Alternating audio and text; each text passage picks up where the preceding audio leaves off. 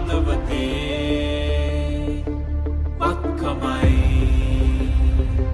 පිරෙන්නේ තුන්හෙලේ ජාතියයි